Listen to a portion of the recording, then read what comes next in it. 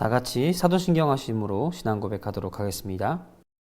전능하사 천지를 만드신 하나님 아버지를 내가 믿사오며 그 외아들 우리 주 예수 그리스도를 믿사오니 이는 성령으로 잉태하사 동정녀 마리아에게 나시고 본디오 빌라도에게 고난을 받으사 십자가에 못 박혀 죽으시고 장사한 지 사흘 만에 죽은 자 가운데서 다시 살아나시며 하늘에 오르사 전능하신 하나님 우편에 앉아 계시다가 저리로서 산자와 죽은 자를 심판하러 오시리라. 성령을 믿사오며 거룩한 공예와 성도가 서로 교통하는 것과 죄를 사하여 주시는 것과 몸이 다시 사는 것과 영원히 사는 것을 믿사옵나이다. 아멘.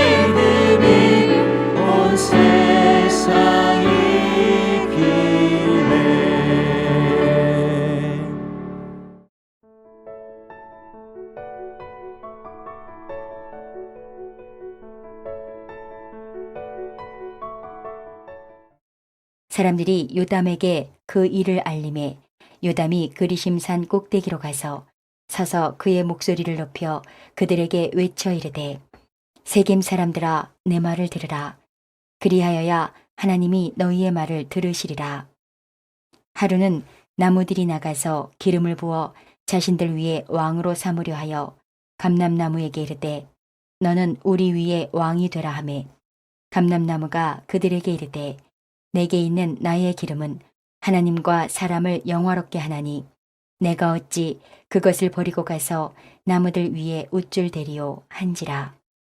나무들이 또 무화과 나무에게 이르되 너는 와서 우리 위에 왕이 되라 하매 무화과 나무가 그들에게 이르되 나의 단 것과 나의 아름다운 열매를 내가 어찌 버리고 가서 나무들 위에 우쭐 대리오 한지라. 나무들이 또 포도나무에게 이르되 너는 와서 우리 위에 왕이 되라 하매 포도나무가 그들에게 이르되 하나님과 사람을 기쁘게 하는 내 포도주를 내가 어찌 버리고 가서 나무들 위에 우쭐 대리오 한지라. 이에 모든 나무가 가시나무에게 이르되 너는 와서 우리 위에 왕이 되라 하매 가시나무가 나무들에게 이르되 만일 너희가 참으로 내게 기름을 부어 너희 위에 왕으로 삼겠거든 와서 내 그늘에 피하라. 그리하지 아니하면 불이 가시나무에서 나와서 레바논의 백향목을 살을 것이니라 하였느니라. 이제 너희가 아비멜렉을 세워 왕으로 삼았으니 너희가 행한 것이 과연 진실하고 의로우냐? 이것이 여룻바알과 그의 집을 선대함이냐? 이것이 그의 손이 행한 대로 그에게 보답함이냐? 우리 아버지가 전에 죽음을 무릅쓰고 너희를 위하여 싸워 미디안의 손에서 너희를 건져냈거늘 너희가 오늘 일어나 우리 아버지의 집을 쳐서 그의 아들 70명을 한 바위 위에서 죽이고 그의 여종의 아들 아비멜렉이 너희 형제가 된다고 그를 세워 세겜 사람들 위에 왕으로 삼았도다.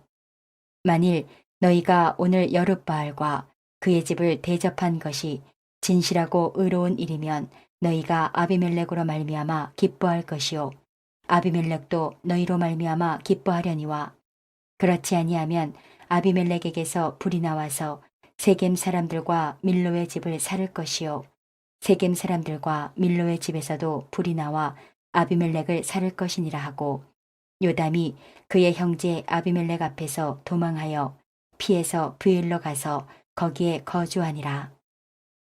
오늘 본문은 아비멜렉의 사륙으로부터 살아남은 기드온의 막내 아들 요담의 우화로 시작됩니다. 이 우화는 굉장히 유명해서 많은 사람들이 알고 있지만 자세히 한번 살펴보면서 그 모습이 어떠한 모습으로 나타나는지 또 우리에게 어떠한 교훈을 주는지 함께 살펴보려고 합니다. 오늘 본문에서는 4가지 나무가 등장하는데요. 하나님께 드리는 기름을 내는 감람나무와 또 맛있는 과일과 아름다운 과실을 내는 무화과나무, 또 포도주를 만들어낼 수 있는 포도나무, 마지막으로 앙상한 가지에 외 아무것도 없는 가시나무가 등장합니다. 앞서 말한 3가지 나무는 각각 개성과 특성에 맞게 맡겨진 본분을 담당하고 있었습니다. 감람나무는 하나님께 드려야 되는 기름을 내기에 하나님과 사람에게 집중하는 모습, 즉 자신이 해야 될 일들을 하고 있는 모습 외에는 아무것도 할 수 없다고 이야기합니다. 또 그 뒤 나오는 무화과 나무도 포도나무도 자신에게 맡겨진 일들을 해야 된다고 이야기합니다. 그 3나무가 공통적으로 이야기하는 것이 내가 어찌 버리고 가서 나무들 위에 우쭐 대리오라는 말을 합니다. 무슨 말입니까? 이 3나무가 맡겨진 본분은 있지만 그 어떤 나무보다 뛰어나거나 대단치 않다는 것을 의미합니다.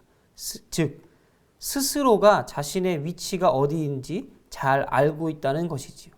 그들의 가치는 하나님께 쓰임받을 때 가치가 인정되는 것이지 스스로 높아지고 또 하나님을 저버리고 살아선 안 된다는 것을 이야기해주고 있습니다.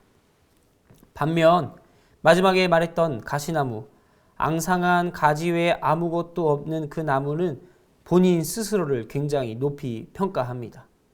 얼마나 교만하냐면 가시밖에 없는데 자기 밑에 와서 그 그늘에서 쉬라고 이야기합니다. 또 만일 그렇지 않으면 자신에게서 불이 나와 레바논 백향목 나무를 불살릴 것이라고 이야기합니다. 무슨 말입니까? 가시나무가 가진 건 아무것도 없지만 거대한 큰 힘을 뜻하는 권력의 권능의 상징을 뜻하는 백향목 나무를 자신이 이길 것이라고 이야기하는 것이지요. 자만과 교만의 끝이 아닐 수 없습니다. 바로 이러한 모습이 요담의 우화에 나오는 아비멜렉과 세겜 사람들의 모습이라는 것입니다.